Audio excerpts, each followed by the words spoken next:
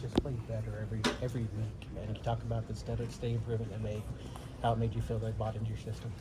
Yeah, it really is a credit to our players who, whenever this started 10 weeks ago, 9 weeks ago, that we talked about that the team is going to be the most important thing. Every decision we're going to make is going to be based on what's best for this team.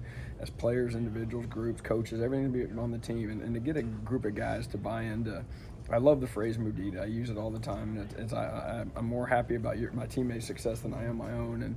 And I truly think we had a group of guys who, during the course of the year, started to understand how important it is that as a leader and as a teammate, you pick your teammates up, you help them, you drag them along. And that's where the improvement came in, and that guys bought into that. They knew they could count on their teammates. They knew they could show up and work, and their teammates were going to work with them. And it's really a credit to this group of kids who went through a hard time, a hard situation, all the things they have to deal with social media-wise in the world out there, that they were able to come into this building every day and lock in and truly improve, because they did improve. They improved in all the fundamentals. They improved in the knowledge of the game, the situations, how to communicate, all those things. So these kids did a tremendous job through this season. Is there any part of that that surprises you, especially the improvement that they showed in the last 3 weeks? Just because human nature is kind of, when things get hard, give up, to put less in, fold back, but this group didn't.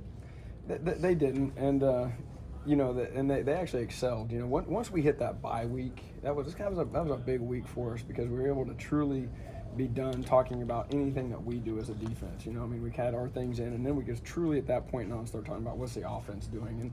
And that's the biggest phase of football. You kind of learn what to do, then you kind of learn how to do it, and then you start thinking about, all right, what they're doing on that side, and then you become a good football player. You start anticipating plays, you start seeing formations and knowing things. And so after the bye week, those guys had the ability to take the scouting report ahead was probably the biggest step that they made. And in terms of quitting, I credit our assistant coaches continued to battle throughout. We continued to build on them, and those kids. They weren't going to quit on each other, because I think at some point in time they embraced what it meant to be a teammate, and I never even felt that a waver in any of our kids' focus on doing what was right and what's best. For 9 weeks, you focused so much on the players, the team, the game.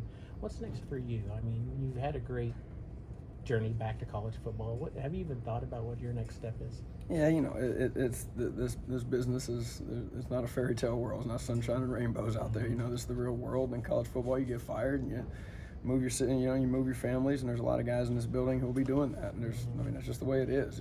It's kind of like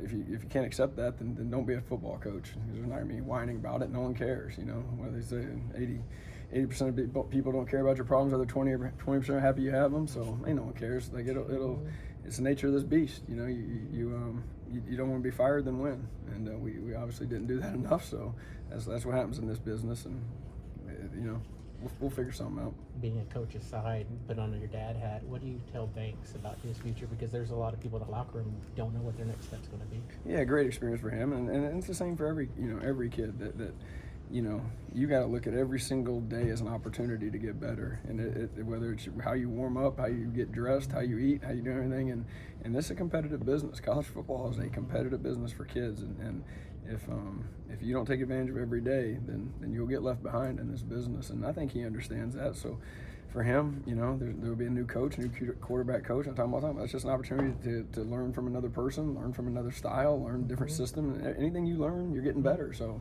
it's just another opportunity to take advantage of. When we first talked to you, you talked about how high school getting back into high school football impacted you. Just how has this year impacted you getting back into the college game? It helped me in high school because it taught me that how important those kids' feelings are, because high school kids are a little bit more sensitive and they haven't been exposed to the business of college football, so they take things a little bit harder.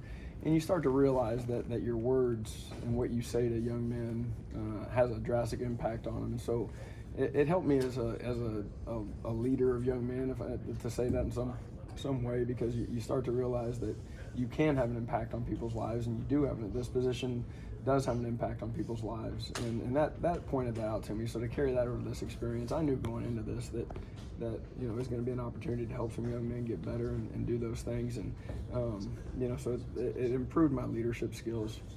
You